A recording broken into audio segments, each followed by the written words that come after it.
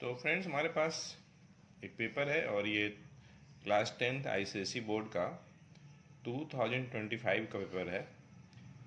इसके जस्ट पिछले वाले वीडियो लेक्चर में हम लोगों ने क्वेश्चन नंबर 1 का सभी मल्टीपल चॉइस क्वेश्चन डिस्कस किया था। आज हम लोग सेक्शन ए का ही क्वेश्चन नंबर 2 और 3 डिस्कस करेंगे। क्वेश्चन नंबर 2, इसमें देखिए, जो complete the following by choosing the correct answers from the bracket। पहला है in uniform circular motion centrifugal force acts. तो 3 ऑप्शन है, सही होगा आपका away from the centre. Refractive index of a medium is independent of angle of incidence, क्योंकि ये बाकी टेम्परेचर पे वेवलेंथ पे डिपेंड करता है। Heat एब्जर्व during change of phase depends on, ये 3 ऑप्शन है, तो सही ऑप्शन क्या होगा? मास होगा। EMF of a cell is equal to terminal voltage when cell is in open circuit. In step up transformer the turns ratio कह लीजिए या तो फिर ट्रांसफॉर्मेशन रेशियो कह लीजिए, तो ग्रेटर देन 1 होता है, मोर देन 1 सही होगा। The nuclear radiation with lowest ionising power is gamma. Gamma का आयोनाइजिंग पावर सबसे लिस्ट होता है, लोएस्ट होता है। सेकेंड, नॉन यूनिफॉर्म काइट ये है, is hanging freely from the branch, ये कोई ब्रांच है ट्री का, as shown. Study the figure and answer the following. Fill the blanks. P, Q, R, S में से कौन जो है मोस्ट प्रोबेबल पोजीशन है सेंटर ऑफ ग्रेविटी का? तो ऐसे केस में हम ये देखते हैं कि पॉइंट ऑफ सस्पेंशन से पास करने वाली जो वर्टिकल लाइन है उससे होता हुआ कौन पॉइंट है? तो डेफिनेटली आर पॉइंट है। तो ये जो आर पॉइंट है just below the point of suspension और ये वर्टिकल लाइन पर ही लाई करेगा, इसलिए आंसर आर हो जाएगा। रीजन भी हो गया, as it is just below the point of suspension and on the vertical line passing through the point of suspension. ये देखिए second, the displacement time graph for a sound wave produced by vibrating wire is shown below। along the y-axis displacement है और along the x-axis time है। ये हमारे पास एक curve है। तो इसमें 2 पार्ट है। पहले पार्ट में how will you adjust the tension in the wire to reduce the length PR। ये जो PR जो लेंथ है उसको कम करने के लिए, मतलब वेवलेंथ घटाने के लिए हमें क्या करना चाहिए टेंशन में? तो इंक्रीज करना चाहिए टेंशन में, तब जाके वेवलेंथ जो है कम हो जाएगी। Which characteristics of sound is affected by reduction in the length of the PR। तो अगर आप टेंशन इंक्रीज कर देंगे वेवलेंथ घटाने के चक्कर में, तो फिर फ्रीक्वेंसी जो है अफेक्ट हो जाएगी। क्वेश्चन नंबर 3, इसमें बोला जा रहा है कि a ray of light enters a rectangular glass slab submerged in water at an angle of incidence 55 degree. Does this ray undergo total internal reflection when it moves from water to glass? तो देखिए, total internal reflection के लिए 2 condition है। Light should travel from denser into rare medium, an angle of incidence in the denser medium should be greater than critical angle। तो पहली ही condition यहाँ पे fulfil नहीं हो रही है, क्योंकि लाइट का ट्रेवलिंग वाटर से ग्लास में हो रहा है।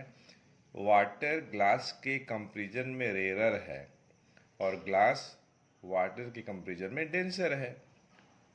सेकेंड कंडीशन तो वेरीफाई हो रहा है, क्योंकि एंगल ऑफ इंसिडेंस 55 है जो कि क्रिटिकल एंगल से ज़्यादा है, लेकिन पहली कंडीशन फुलफिल नहीं हो रही है।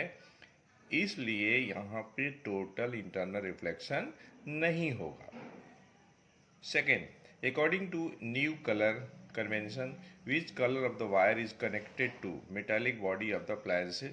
तो डेफिनेटली अर्थ, लेकिन कलर पूछ रहा है तो अर्थ का जो कलर होता है according to colour coding yellow और green.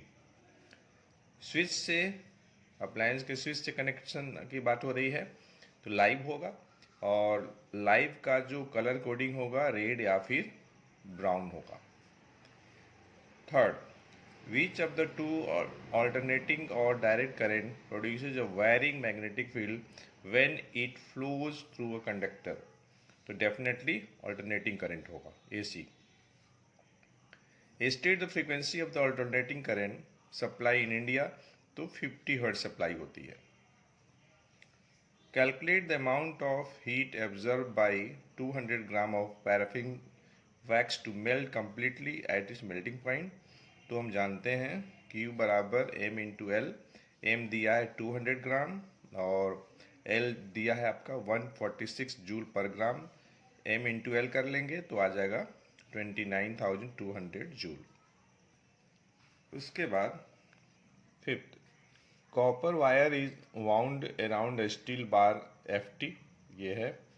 Current is allowed to pass through the coil for some time and then the bar is removed. Draw only the magnetised bar FT and mark it poles. तो देखिए, जब current अगर पास करेगी तो उस situation में ये जो आपका स्टील बार है मैग्नेटाइज होगा, और ये सेल है, सेल का पॉजिटिव टर्मिनल है, नेगेटिव है, यहाँ से करंट ओरिजिनेट होगी और ये करंट ऐसे जाएगी, ये करंट ऐसे जाएगी, ये करंट का डायरेक्शन है।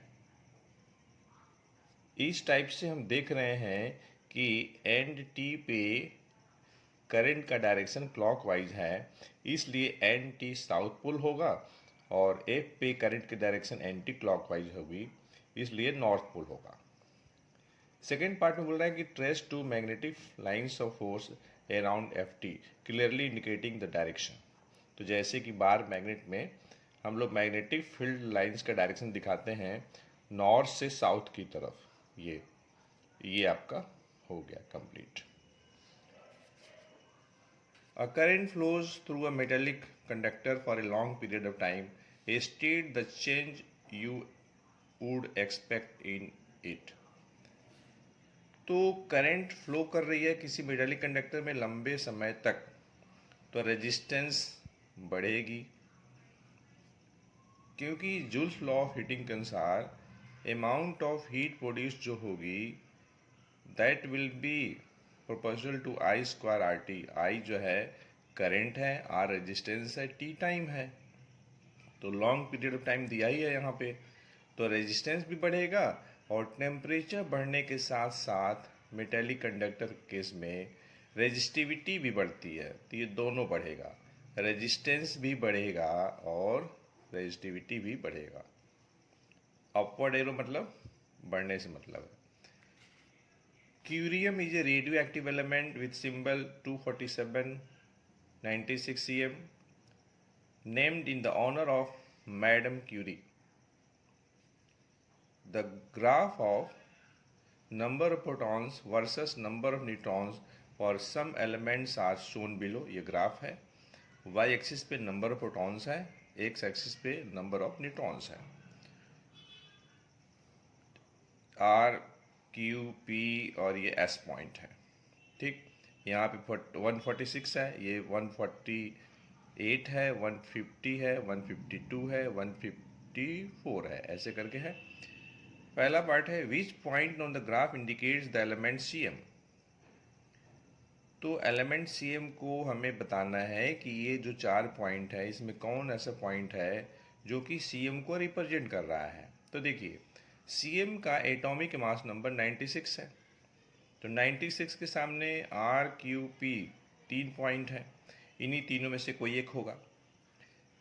अब हम ये देखेंगे कि मास नंबर किसका 247 है। तो देखिए, अगर आप ध्यान से देखेंगे तो यहाँ पे 151 है, तो 151 आपका नंबर ऑफ न्यूट्रॉन्स और प्रोटॉन की संख्या 96। अगर आप प्लस करते हैं 151 और 96 तो आपका आ जाएगा 247, और 96 आपका एटॉमिक नंबर है। इसका मतलब ये हुआ कि जो पॉइंट P होगा वह जो होगा एलिमेंट Cm को रिप्रेजेंट करेगा। ठीक। Second part, which point on the graph indicate daughter nucleus after Cm undergoes radio active DK of 1 alpha followed by 2 beta. अब यहाँ पे देखिए Cm है, मास नंबर 247, एटॉमिक नंबर 96।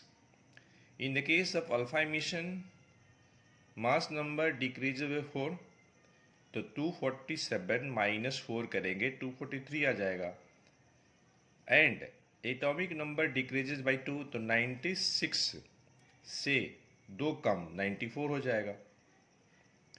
लेकिन साथ ही साथ 2 बीटा पार्टिकल भी इमिट हो रहा है, तो in the case of emission of beta particle there will be no change in the mass number but atomic number increases by 1।